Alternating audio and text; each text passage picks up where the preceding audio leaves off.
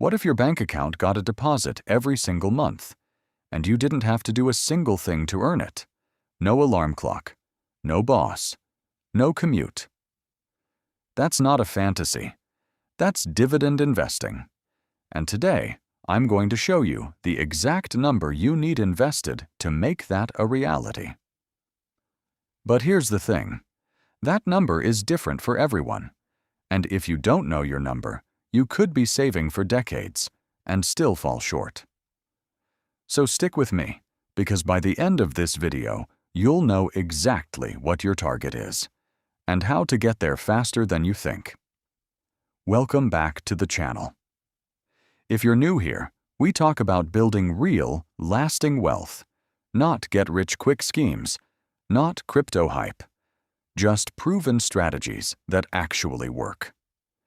Today's topic is one of the most requested ones I've ever gotten. How much do I need invested to live off dividends? We're going to break this down with real math, real examples, and a clear action plan. Let's get into it.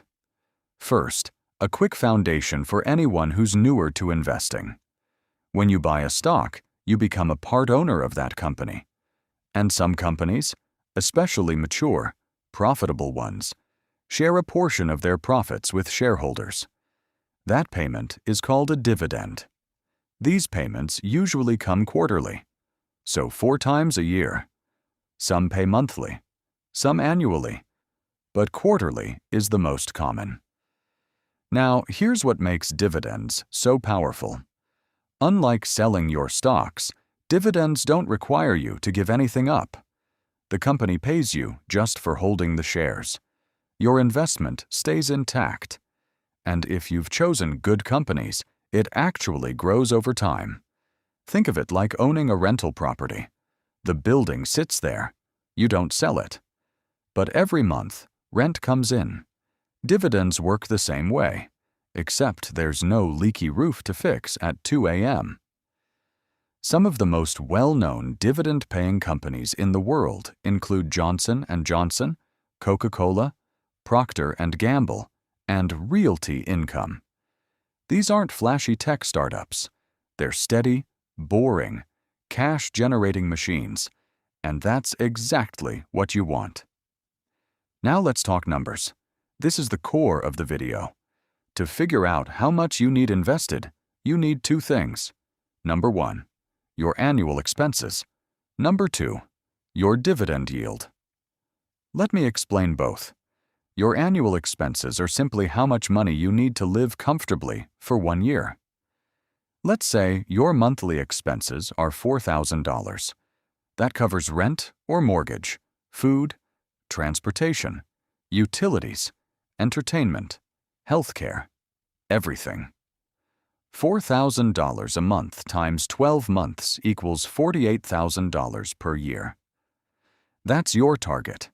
Your dividends need to generate at least $48,000 a year for you to fully live off them. Now, dividend yield is how much a stock pays you as a percentage of what you invested. For example, if a stock costs $100 per share and pays $4 per year in dividends, the yield is 4%. The average dividend yield of the S&P 500 is around 1.3 to 1.5%. But dividend-focused portfolios, built specifically for income, typically yield between 3 and 5%. Let's use 4% as our baseline. It's realistic, achievable, and sustainable. Here's the formula. Amount needed equals annual expenses divided by dividend yield. Using our numbers, $48,000 divided by 0.04 equals $1,200,000. Yes? To live off dividends at $4,000 a month with a 4% yield, you need $1.2 million invested. Now I know what you're thinking. That sounds impossible. Hang tight, because I'm going to show you why it's not. But first, let me show you how this number changes depending on your lifestyle and your yield. At a 3% yield, if you spend $3,000 a month, you need 1.2 million. If you spend $5,000 a month, you need 2 million. If you spend $8,000 a month, you need 3.2 million. At a 4% yield, $3,000 a month needs 900,000. $5,000 a month needs 1.5 million. $8,000 a month needs 2.4 million. At a 5% yield, $3,000 a month needs 720,000. $5,000 a month needs 1.2 million. $8,000 a month needs 1.9 million. So your magic number is not fixed. It depends entirely on two things you can control: how much you spend and how much your portfolio yields. Lower your expenses. Increase your yield. Your target drops significantly. Now here's something most people don't think about, and it can make or break your strategy. There are two main types of dividend investors. Type 1. High yield hunters. These investors chase the highest possible yield. We're talking 6%, 8%, even 10% or higher. And yes, that sounds amazing. Higher yield means fewer dollars needed to hit your income target. But here's the trap. Extremely high yields are often a warning sign, not a gift. They can signal that a company is in trouble, that the stock price has fallen sharply, or that the dividend is about to be cut. A company paying a 12% dividend today might cut it to 4% next year, and suddenly your income stream collapses. Type 2. Dividend growth investors. These investors target companies with lower starting yields, say 2 to 3%, but companies that raise their dividend every single year. Johnson & Johnson has raised its dividend for over 60 consecutive years. Coca-Cola for over 60 years. These are called dividend kings and dividend aristocrats. Here's the magic of dividend growth. Say you buy a stock at $100 with a 3% yield. That's $3 per year. If that company raises its dividend by 7% every year, in 10 years, you're collecting $5.90 per share per year. In 20 years, $11.61 per share. On your original $100 investment. This is called yield on cost, and it's how long-term dividend investors end up with an income that keeps growing, even in retirement. The smart play? A blend of both. Some higher yield holdings for income today, some dividend growers for income tomorrow. So what should you actually buy? Here are the main options. First, dividend stocks, individual companies. These give you full control. You handpick companies with strong dividends and solid fundamentals. Look for a dividend payout ratio below 60%, at least 5 years of consistent dividend payments, low or manageable debt, and strong free cash flow.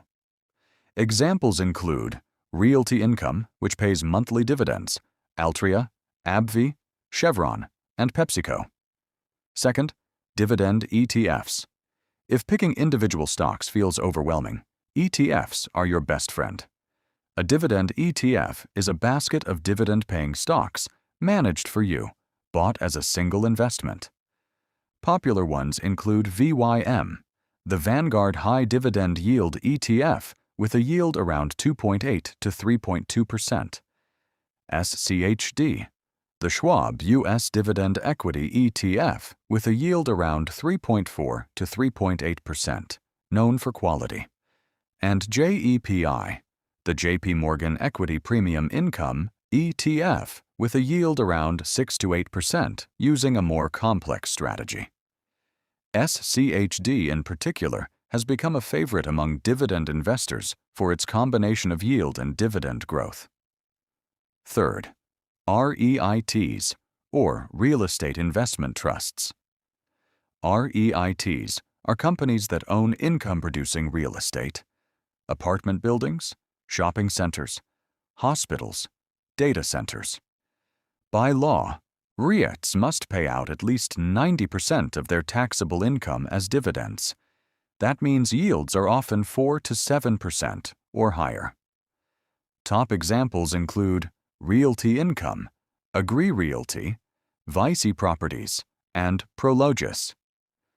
REITs are a powerful way to add real estate income to your portfolio without actually buying property. Now let's talk about the timeline, because this is where most people either get inspired or get scared off.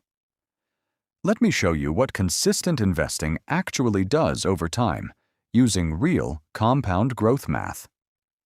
Let's say your goal is $1.2 million invested, enough to generate $4,000 a month at a 4% yield.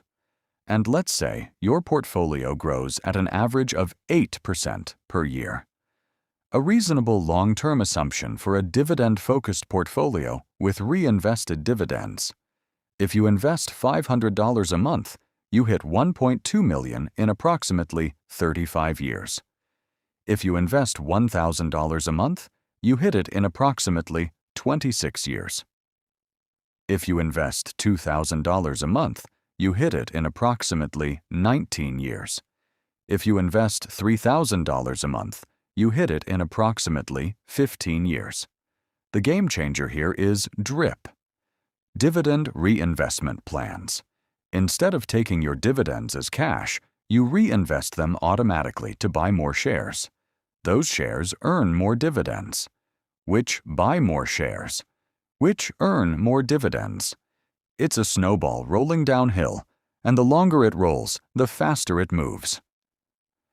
Early on, DRIP feels like it's doing nothing, but in year 15, 20, 25, it's doing heavy lifting.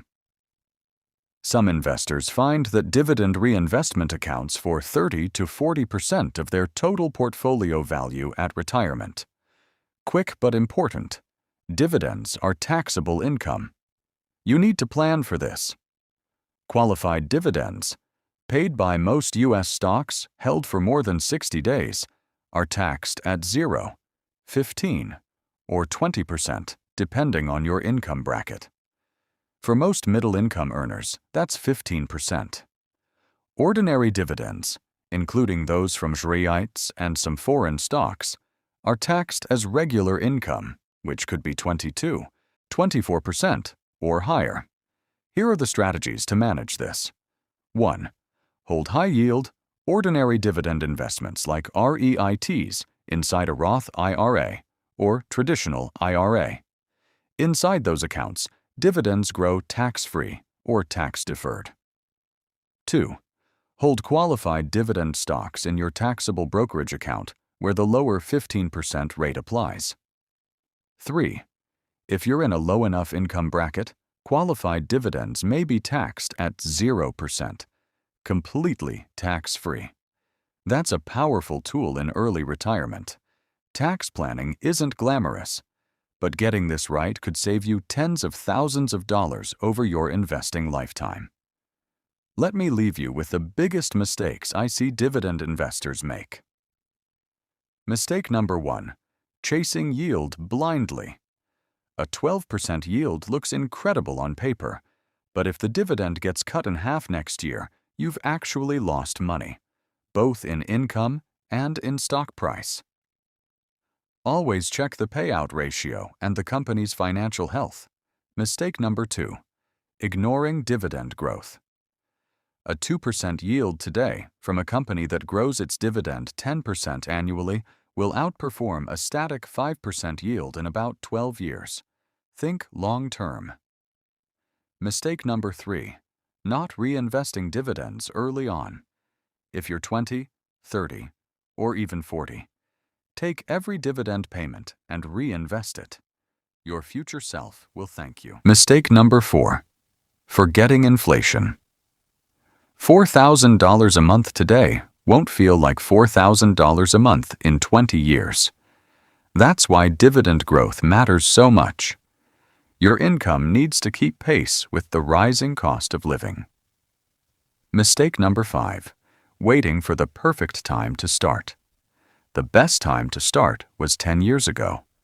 The second best time is right now. So let's bring it all together. To live off dividends, you need to know your annual expenses. That's your income target. Your portfolio's dividend yield. That determines your magic number. And your investment timeline, which is driven by how much you invest each month. The formula is simple. Annual expenses divided by yield equals amount needed. For most people, that number falls between $600,000 and $2 million. Sounds like a lot, but with consistent investing, dividend reinvestment, and time on your side, it is absolutely achievable. You don't need to be rich to start. You just need to start. If this video helped you, hit that like button. It genuinely helps this channel grow. Subscribe if you want more content like this every week, and drop your number in the comments. What's your monthly income goal from dividends? I'll see you in the next one.